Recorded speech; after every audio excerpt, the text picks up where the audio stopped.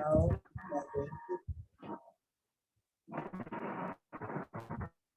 we are going to start with the today's topic, that is CSV file. सबसे पहले हम समझते हैं कि CSV फाइल होता क्या है। इससे अलावा कितने तरह के फाइल्स हैं जो कि नॉर्मली डेटा फ्रेम में लोड किया जा सकता है। ठीक है, यानी अभी तक जो भी हम लोगों ने काम किया है, जैसे डेटा फ्रेम किया, सीरीज पे काम किया, इन सारे चीजों पे एक चीज कॉमन था कि ये सारे के सारे डेटा या तो वन डायमेंशनल थे या टू डायमेंशनल था। ठीक है, नेक्स्ट थिंग, इन सारे डेटास में कुछ चीजें कॉमन है, जैसे कि उसमें रोज होते हैं, कॉलम होते हैं। यहाँ पे हर एक कॉलम पे जो भी आपके वैल्यूज क्रिएट होते हैं उनका अपना खुद का डेटा टाइप होता है। तो सेम प्रोसेस में हम लोग आगे जानेंगे कि कैसे हम एक्सटर्नल डेटा को कॉल कर सकते हैं। जैसे अभी तक जो भी हम लोगों ने डेटा फ्रेम में किया, फर्स्ट थिंग डेटा फ्रेम क्या है, तो data frame is basically a module for pandas. ठीक है, अब हमने इसको पढ़ लिया है कि how to create data frame, how to create data frame using different data types or data structures like list and dictionary। हम लोगों ने पढ़ा इसको। अब हम लोग थोड़ा एक्सटर्नल काम करेंगे, एक्सटर्नल डेटा फ्रेम क्रिएशन। तो डेटा फ्रेम क्रिएशन में हम लोग क्या क्या कर सकते हैं देख लेते हैं।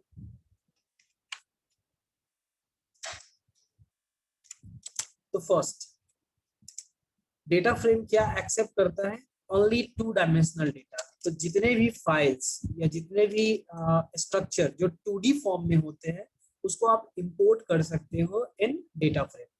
तो सबसे कॉमन जो हमारा डेटा फ्रेम होता है वो टेक्स्ट फॉर्मेट में होता है, that is called CSV file. CSV का मतलब होता है C for comma, separated, and V for value. तो कॉमा सेपरेटेड वैल्यू होता है बेसिकली जो भी फाइल जिसका फाइल का एक्सटेंशन मीन जैसे वर्ड है तो वर्ड का एक्सटेंशन होता है .doc, एक्सेल है उसका एक्सटेंशन होता है .xls, अगर नोटपैड का फाइल है तो .txt होता है। तो सेम प्रोसेस में वैसे फाइल जिनका की फाइल एक्सटेंशन .csv होता हो उसको हम लोग कॉमा सेपरेटेड वैल्यू कहते हैं। अब ये कॉमा सेपरेटेड वैल्यू का मीनिंग क्या है समझेंगे हम लोग बाद में। आगे बढ़ते हैं, सेम प्रोसेस में हम बात करते हैं एक्सेल या स्प्रेडशीट फाइल। ये ऑलरेडी आप जान रहे हो एक्सेल फाइल क्या है, वो भी हमारा टू डायमेंशनल होता है लेकिन मल्टीपल लेवल में होता है। That means there is the concept of workbook and worksheet. तो बेसिकली डेटा फ्रेम सिर्फ वर्कशीट को ऑपरेट कर सकता है, नॉट वर्कबुक। यानी एक्सेल फाइल को ऑपरेट नहीं करेगा, वो स्पेसिफिक सीट को एक्सेस कर सकता है। एंड थर्ड है that is called TXT file. लेकिन TXT file is also the substitute of CSV। यहाँ पे भी आपका डेटा कैसा होना चाहिए, CSV के फॉर्म में होना चाहिए। तो अब हम बात करते हैं पहला पॉइंट पे, that is first part CSV file. ये CSV फाइल होता क्या है, basically CSV file is like a text file. Example के लिए अब आप देख लो नोटपैड फाइल। ठीक है, एग्जाम्पल है, अगर आप माइक्रोसॉफ्ट यूजर हो तो आप नोटपैड जानते हो, या फिर अगर आप प्रोग्रामर हो तो सबलाइन है, नोटपैड प्लस है, VB कोड है, बहुत सारे ऐप है जिसके थ्रू आप इस काम को कर सकते हो। अनवांटेड अनम्यूट मत करो आप लोग boys and girls. Next part, अब CSV फाइल हम लोग इसको कॉमा सेपरेटेड वैल्यू फाइल क्यों कहते हैं और कैसे कहते हैं। तो बेसिकली यहाँ पे क्या होता है, आपका डेटा स्टोर होता है हेडर्ड फॉर्म में या विदाउट हेडर्ड फॉर्म में, और वो सेपरेटेड होता है कॉमा। जैसे मान लो आई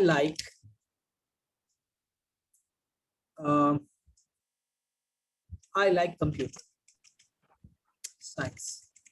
ठीक है, हमने ये एक लाइन लिखा है, किसी एक काजल म्यूट कर लो, आई लाइक कंप्यूटर साइंस। हमने एक फाइल बनाया नोटपैड में और उसमें हमने लिख दिया आई लाइक कंप्यूटर साइंस। ठीक है, अब हो सकता है कि इसमें हम मल्टीपल स्पेस लेके भी कुछ डेटा डाल दें या समथिंग लाइक।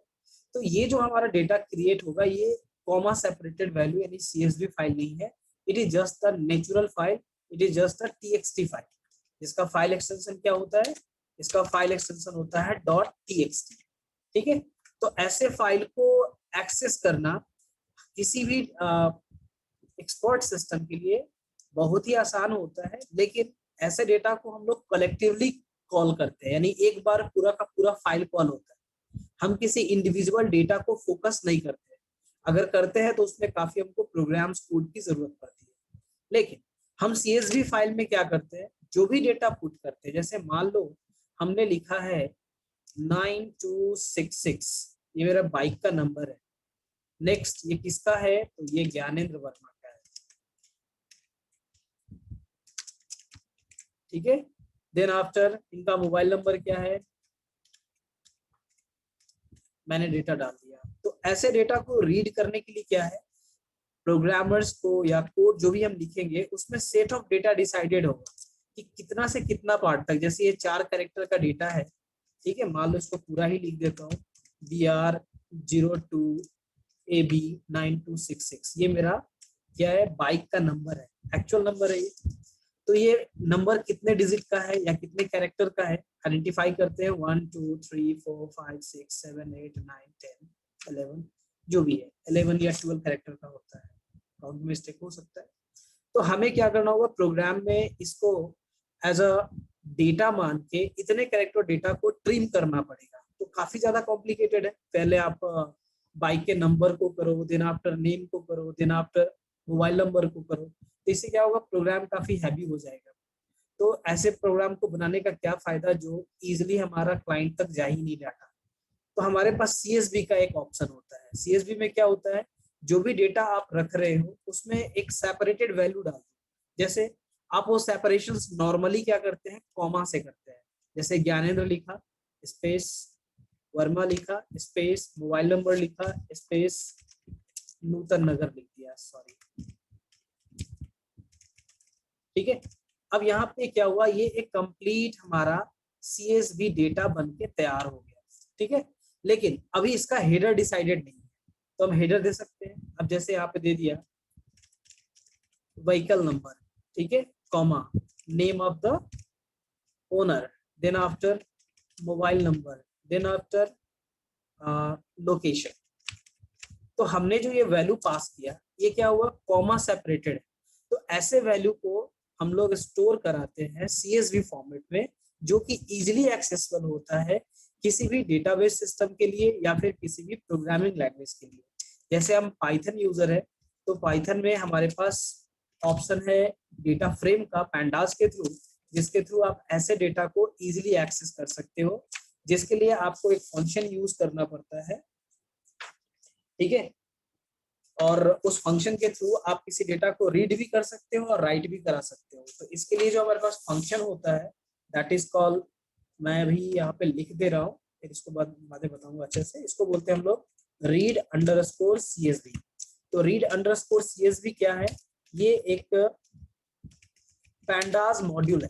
ठीक है, अब इसके मॉड्यूल के मदद से आप क्या कर सकते हो, ऐसे डेटा को एक्सेस कर सकते हो और उसको इजिली अपने डेटा फ्रेम में पुट करके जो भी ऑपरेशन परफॉर्म कराना है यू कैन डू दैट। तो ये एक्चुअल चीजें हैं जो आपको, ठीक है, आवाज जा रही है हमारी? Yes sir. Yes sir. चलो, यहाँ पे किसी को कंफ्यूजन समझने में, कॉन्सेप्ट को समझने में किसी को दिक्कत?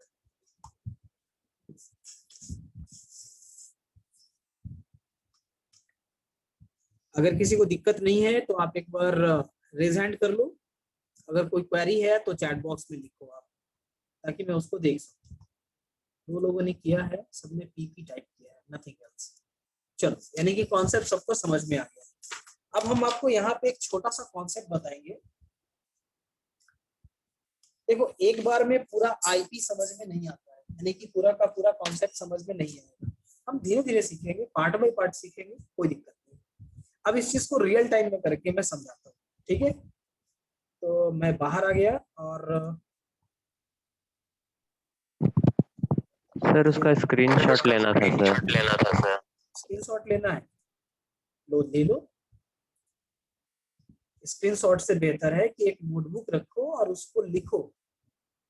ठीक है, ले लिए? Yes sir. चलो ओके। तो अब क्या करना है, हमें हमें रियल टाइम में इसको चेक करना है कि ये कैसे काम करता है। तो जस्ट अ सेकेंड, मुझे स्क्रीन शेयर करना होगा, जो मैं हमेशा करता हूँ। और यहाँ से मुझे डेटा फ्रेम के लिए चाहिए, मुझे पहले एनाकोंडा नेविगेटर को ऑन कर ले। इसको पहले क्लोज करना पड़ेगा। ऑन हो रहा है। अब ये ऐसा चीज है कि मैं इसको रोक भी नहीं सकता। चलो, तो अब थोड़ा हम कॉन्सेप्ट समझा देते हैं आपको कि आपका डेटा फ्रेम जो बनता है वो कैसे बनता है यूजिंग CSV फाइल। इसके लिए बहुत ही आसान है। आप सभी विंडोज यूजर हैं, I know it very well. अगर मैक वाले हो तो भी दिक्कत नहीं है, उसमें भी टेक्स्ट एडिटर्स होते हैं।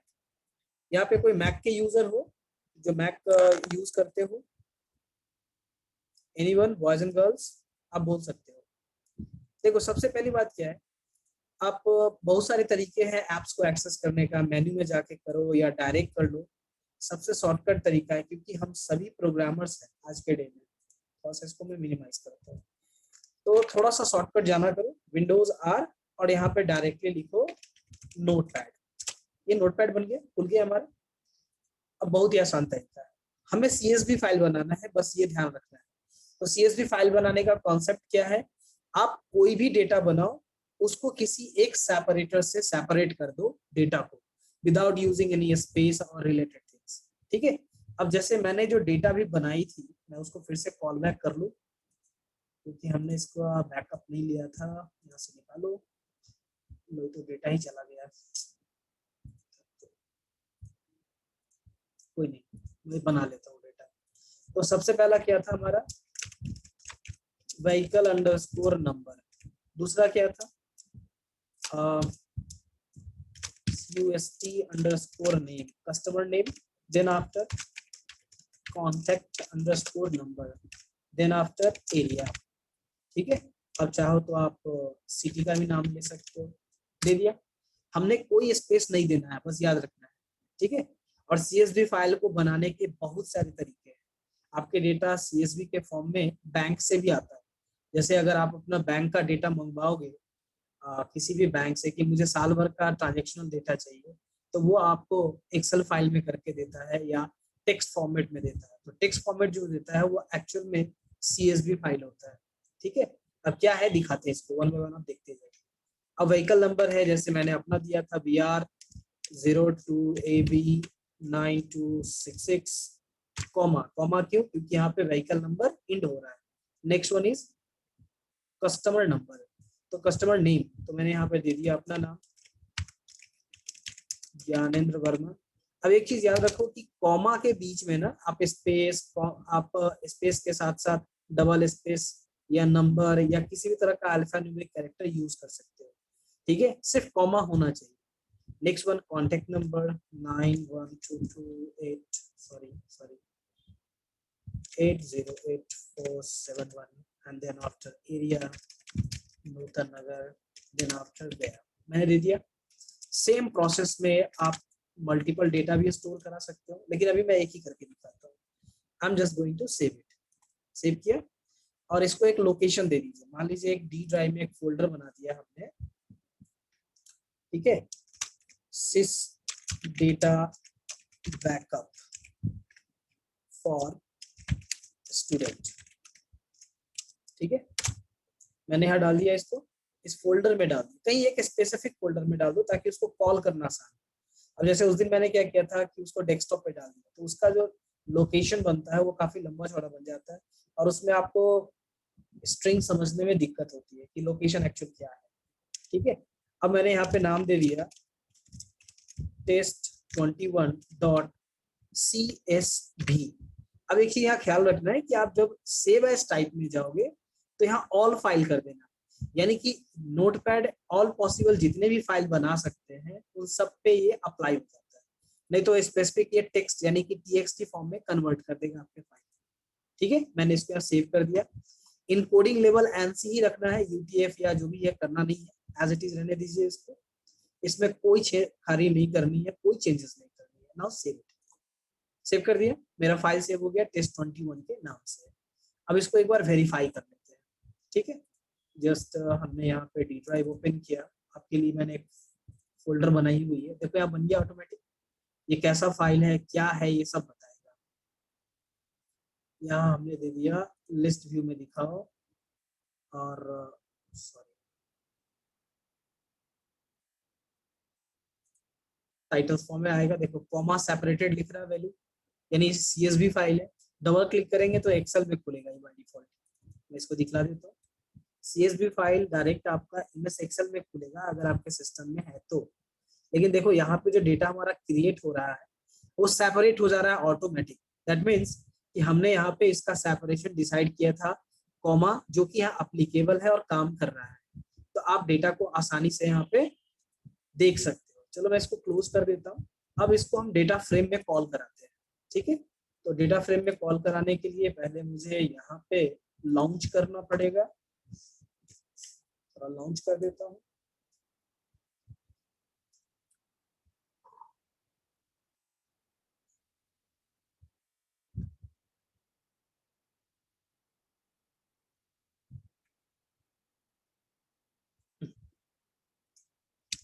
नेक्स्ट टाइम से मैं ख्याल रखूंगा, इसको पहले से ऑन कर दूंगा।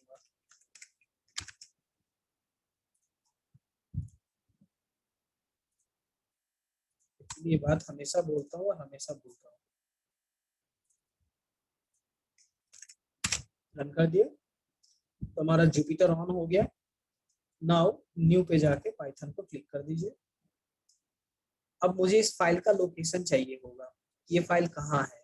तो सबसे पहले यहाँ पे हेडर में जाइए, स्लैश लगाइए और फाइल को सेलेक्ट करके आप इसको यहाँ से यहाँ एक बार में सेलेक्ट कर लीजिए। अगर आप लिख सकते हैं तो लिख के रख लीजिए। इसको राइट क्लिक करके कॉपी कर लिया तो मुझे इसकी लोकेशन मिल गई। अब क्या करना है, अब सिंपली एक इंपोर्ट कर लीजिए pandas as pd, और यहाँ पे हमें क्या करना है कि एक डेटा फ्रेम बनाना है, pd डॉट डेटा फ्रेम, ठीक है। या फिर डेटा फ्रेम की जरूरत ही नहीं है, आप डायरेक्टली pandas में इसको कॉल कर सकते हैं, read underscore csv, ठीक है। अब यहाँ पे मुझे उसका लोकेशन चाहिए होगा, तो लोकेशन आप यहाँ पुट कर दीजिए। लोकेशन आ गया। एंड नाउ df को प्रिंट करा दीजिए। फर्स्ट टाइम है, टाइम लेगा थोड़ा सा, लेने दीजिए इसको टाइम।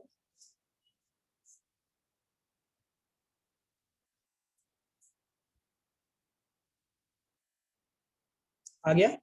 हमने जो डेटा वहां बनाया था वो ऑटोमेटिक यहाँ कॉल हो गया। यहाँ तक किसी को कोई डाउट नहीं होना चाहिए मेरे ख्याल से कि आपका डेटा बन रहा है या उसमें काम हो रहा है या नहीं हो रहा है। अब चलो इसमें एक छोटा सा और करते हैं, मैं एक और डेटा ऐड करके बताता हूँ, ठीक है। जस्ट एक डाटा मैंने इसको ओपन कर लिया फिर से। मान लो कि मैं दूसरे टेक्स्ट एडिटर में काम करता हूँ, मैं सब लाइन पे करता हूँ, थोड़ा सा डिफरेंट हो जाएगा। अब मान लो यहाँ पे मुझे दूसरा डेटा चाहिए, BR01 PA8767। नाम क्या है इसका, इसका नाम है ऋतुराज, ठीक है। ये इसका नंबर है, जो भी नंबर है। कहाँ से बिलोंग करता है, कंकरबाग से। कंकरबाग कहाँ है, तो पटना में। मैंने डेटा पुट कर दिया। Now we are going to save it. कितना आसान है काम करना। सेव कर दिया। अब यहाँ से क्लोज, ये भी क्लोज। लोकेशन ऑलरेडी उसको दिया हुआ है, हमें अलग से कुछ करने की जरूरत नहीं है।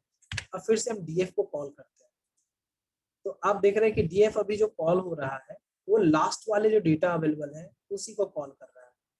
दैट मीन्स हमने यहाँ पे इसको सेव नहीं किया हुआ था।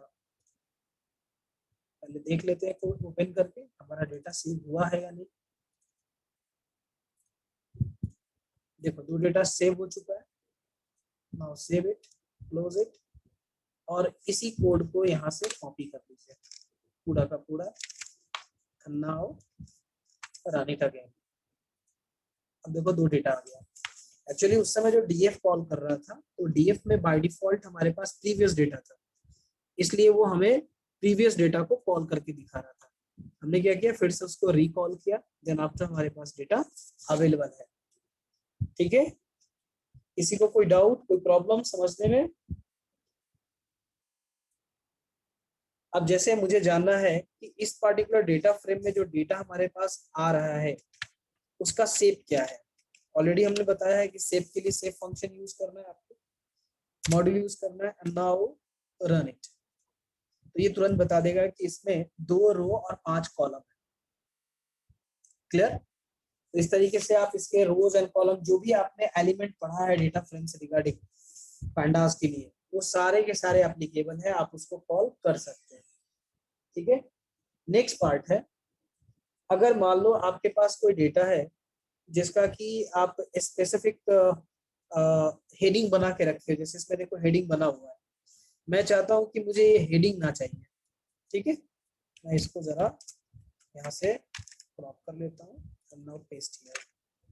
अब मुझे चाहिए कि नहीं, मुझे ये हेडर नहीं चाहिए, vehicle number, customer name, contact number, area, city नहीं चाहिए। तो हमें क्या करना है, हमें एक तो यहाँ पे पैरामीटर यूज करना होगा, that is called header. Header means जो फर्स्ट रो है हमारा, दैट इज कॉल्ड हेडर ही। अब ये हेडर आपको चाहिए कि नहीं चाहिए? मुझे नहीं चाहिए, तो नाउ राइट NONE, नन। देन आफ्टर क्या होगा, ये फोन कर देता हूँ, थोड़ा डेटा बदले। ठीक है, DF। तो ये क्या करेगा, करेंट में जो भी हमारे पास CSV फाइल कॉल हो रहा है उसके हेडर को ये रिट्रीव नहीं करेगा, उसके जगह उसका कॉलम इंडेक्स आइडेंटिफाई करेगा जो उसके इंडेक्स पे है। आपके पास स्क्रीन पे सामने अवेलेबल है। जानवी, समझ में आ रहा है आपको? Yes sir. चलो, वेरी गुड। अब जैसे मान लो अब यहाँ पे एक पॉइंट हो सकता है, मैं इसको फिर से कॉल करता हूँ पूरे के पूरा, इसमें एक और पॉइंट आपको बताने वाला हूँ, और ये सारे के सारे पैरामीटर समझा रहा हूँ सिर्फ, और नथिंग एल्स। अब जैसे मान लो कि हमें यहाँ पे स्पेसिफिक कॉलम डेटा रिट्रीव करना है। ठीक है, स्पेसिफिक कॉलम, जैसे कि मुझे मोबाइल नंबर और व्हीकल नंबर ही चाहिए, उसके अलावा मुझे कुछ और नहीं चाहिए। तो इसमें एक पैरामीटर होता है, that is called use call, यानी कि यूज कॉलम्स। अब यूज कॉलम्स का मतलब क्या हो गया, जो जो यूज करना है आपको कॉलम, उसको आप यहाँ पास कर दीजिए, जो कि लिस्ट के फॉर्म में होगा। तो जैसे ऊपर लिखा हुआ है वैसे ही इसका नेमिंग होना चाहिए। जैसे व्हीकल नंबर, तो कंप्लीट व्हीकल नंबर होना चाहिए। मैंने इसको कॉपी किया एंड देन पेस्ट किया। इसमें कोई भी पैरामीटर आप अगर डेटा के अगेंस्ट लिख देते हो, यानी कि जो डेटा में है उसके अलग से कुछ पॉइंट कर, जैसे कॉन्टेक्ट नंबर या मोबाइल नंबर लिख दोगे, तो वो कॉल नहीं करेगा। क्यों? क्योंकि वो उस पर्टिकुलर CSV फाइल में अवेलेबल ही नहीं है। ठीक है, तो हमने यहाँ पे देखो कॉल किया, एंड देन आफ्टर हमने इसका नाम बदल दिया DF2, ताकि वेरिएशन समझ में आए। रन कर दो, देखो सिर्फ और सिर्फ वही कॉलम कॉल हो रहा है जिसकी हमें जरूरत है। अब एज्यूम करते हैं कि भाई व्हीकल नंबर और कॉन्टेक्ट नंबर से कैसे बात करेंगे जब तक उनका नाम नहीं पता हो हमें, तो हमें नाम भी कॉल करना है। तो नाम के लिए क्या है, कस्ट अंडरस्कोर नेम। ठीक है, तो हमने दे दिया कस्ट यानी customer and name, and now run it. देखो आ गया ऑटोमेटिक। हमने जो भी पैरामीटर ऐड करना है या उसमें से डिडक्ट करना है, आप वो काम डायरेक्ट कर सकते हैं, फ्री है इसके लिए। ठीक है, अब इसमें एक और टर्म है, अगर मान लो कितना रिकॉर्ड देखना चाहते हो आप। ठीक है, तो इसके लिए एक पैरामीटर होता है इन रोज, लेकिन क्योंकि मेरे पास 2 ही डेटा है तो वैसे सेंस में ये काम नहीं कर पाएगा।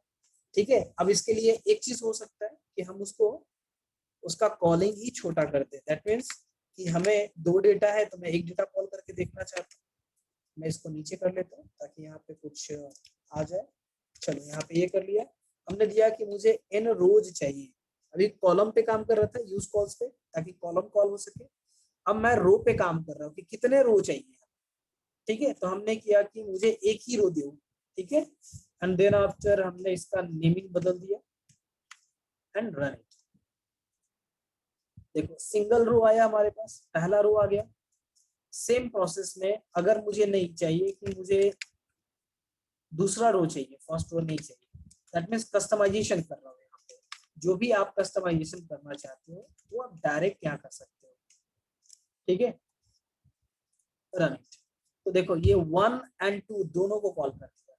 तो उस सेंस में क्या है, जितना भी आप मैक्सिमम रो दोगे वो उसके डिक्रीजिंग ऑर्डर में जो भी डेटा अवेलेबल होगा वो उसको प्रिंट कर देगा, किसी इंडिविजुअल डेटा को वो कॉल नहीं कर रहा है। ठीक है, यहां तक किसी को कोई दिक्कत?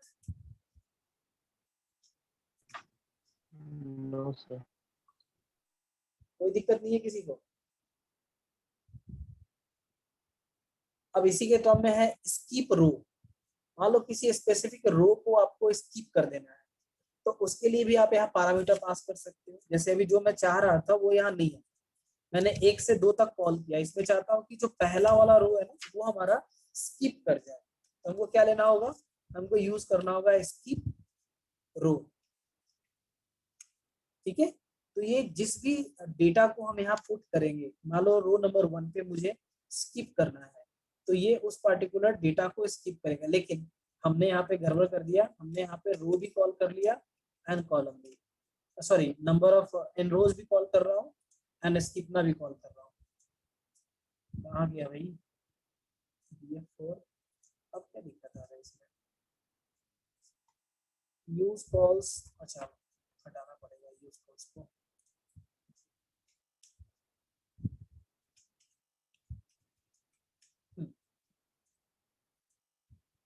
ये डेटा आ गया हमारे पास, ये पहला वाला को छोड़ दिया, 0th हमारा फर्स्ट है, 1 हमारा सेकंड है, तो जो भी आप डेटा कॉल कराना चाहते हैं वो उसको कॉल कर देगा।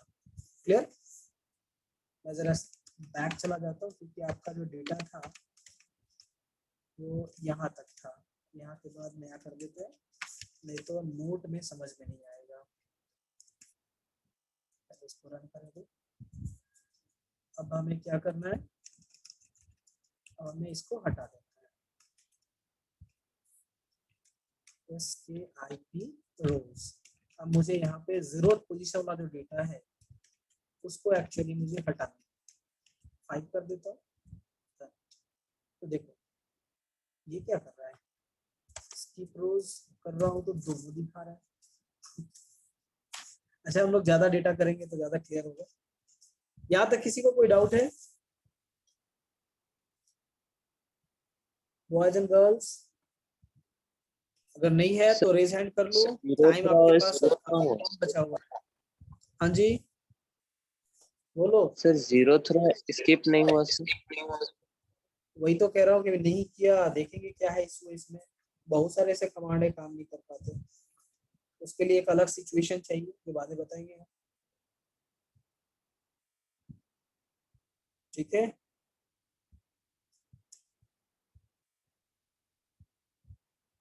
नेक्स्ट आगे बोलो।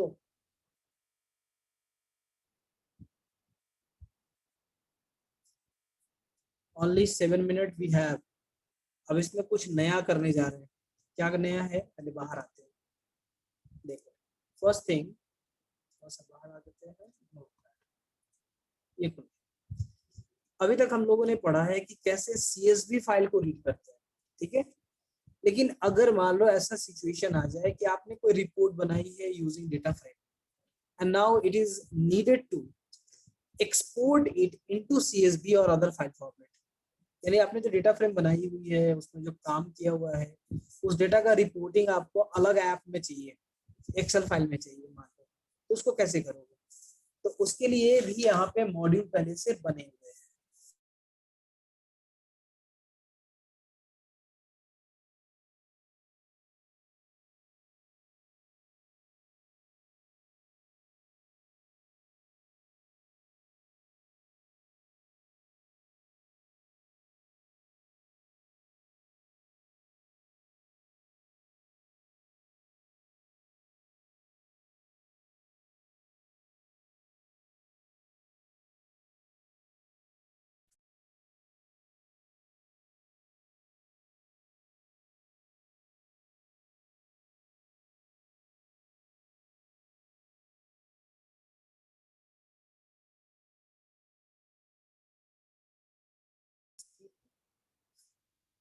आवाज जा रही है हमारी? Yes, sir. Yes sir. Actually शायद लगता है कि नेटवर्क इशू होगा, डिस्कनेक्ट हो गया था डायरेक्ट। तो अब हम लोग यहाँ पे नेक्स्ट स्टेप में सीखने वाले हैं कि how actually we export data frame into CSV format, that is called file. तो किसी भी डेटा फ्रेम को आप CSV में कन्वर्ट कैसे करोगे? तो बेसिकली इसके लिए हमारे पास एक छोटा सा आपको मॉड्यूल समझना होगा, दैट इज कॉल्ड to_CSV। देखो यहाँ पे पैंडाज में सबसे बड़ा बेनिफिट क्या है, या पैंडाज पढ़ो या फिर नंपाई पढ़ो या सिम्फी पढ़ो, कोई भी मॉड्यूल अगर आप पढ़ते हो, लाइब्रेरी अगर पढ़ते हो, तो उसमें जो भी मॉड्यूल है वो पर्पस के हिसाब से बना हुआ, दैट मीन्स जैसा काम वैसा मॉड्यूल। तो अभी जैसे हमने पढ़ा कि कैसे किसी पर्टिकुलर CSV फाइल को रीड कर सकते हैं, तो मॉड्यूल बन गया हमारे पास रीड CSV। अब हमको क्या करना है, हमको किसी CSV फाइल में को क्रिएट ही कर देना है, हमें बनाना नहीं है उसको, हमें अपने एग्जिस्टिंग डेटा से ही उसको क्रिएट कर देना है। ठीक है, तो we can do it with the help of this option. ठीक है, तो इस काम को आप कैसे करोगे, तो यूज CSV फंक्शन से। सेम प्रोसेस, इसका सिंटेक्स वही है जो आपने रीड CSV में आपने पढ़ा था। तो आपको मैं यहाँ पे लेके चलता हूँ उस कोड पे, कैसे इसको रियल टाइम में हम लोग करके देखेंगे। यहाँ अब हम लोग बताने वाले हैं to_CSV फंक्शन। ठीक है, अब एक नया लेते हैं। सेम प्रोसेस में पहले एक छोटा सा इंपोर्ट कर लेते हैं पैंडास को एज PD1। ऊपर तो PD है ही हमारे पास, और एक डेटा फ्रेम बना देते हैं। मान लो स्टूडेंट का स्टूडेंट इन्फो नाम से एक हम डिक्शनरी तैयार कर लेते हैं, that actually have the name of the student like Nitin,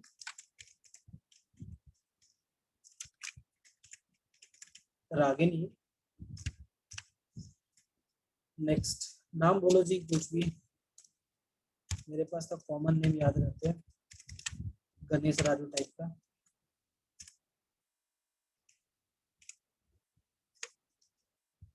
आवाज आ रही है हमारी अर्नव? हाँ सर। Very good.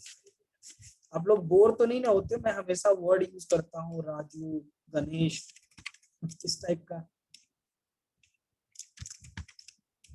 चलो फिर, तो हमने यहाँ नेम का एक डेटा लिस्ट क्रिएट कर लिया।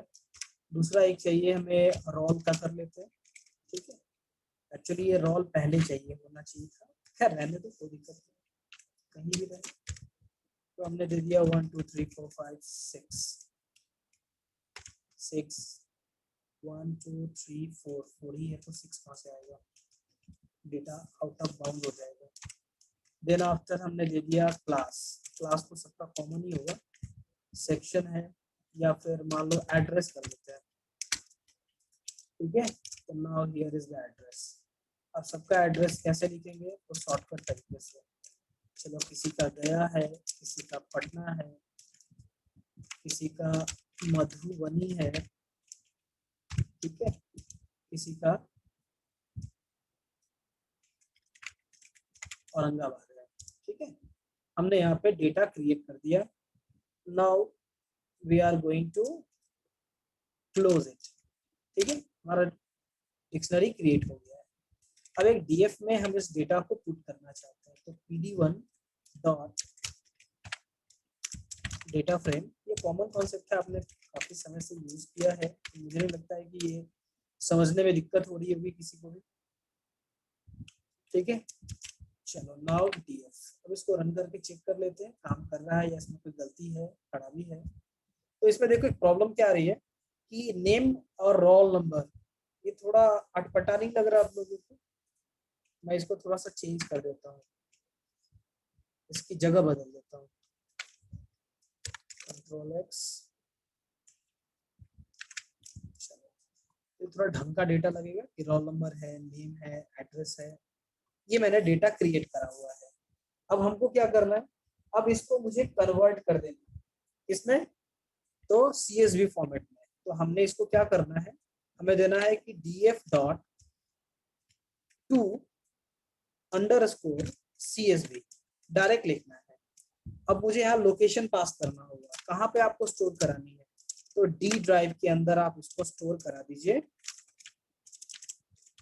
टेस्ट 005 के नाम से .CSV में। बस ये CSV आपको पास करना होता है, आपको हमेशा याद रखना है, ठीक है। Then run it. हमने इसको रन तो कर दिया, अब देखना चाहते हैं कि यहाँ गया कि नहीं गया, तो क्या करेंगे यहाँ पे, जल्दी बताओ।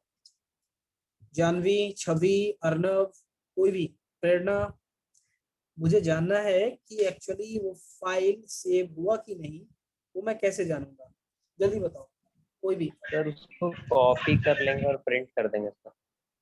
कॉपी कर लेंगे और प्रिंट कर लेंगे, और बताओ। Sir read CSV।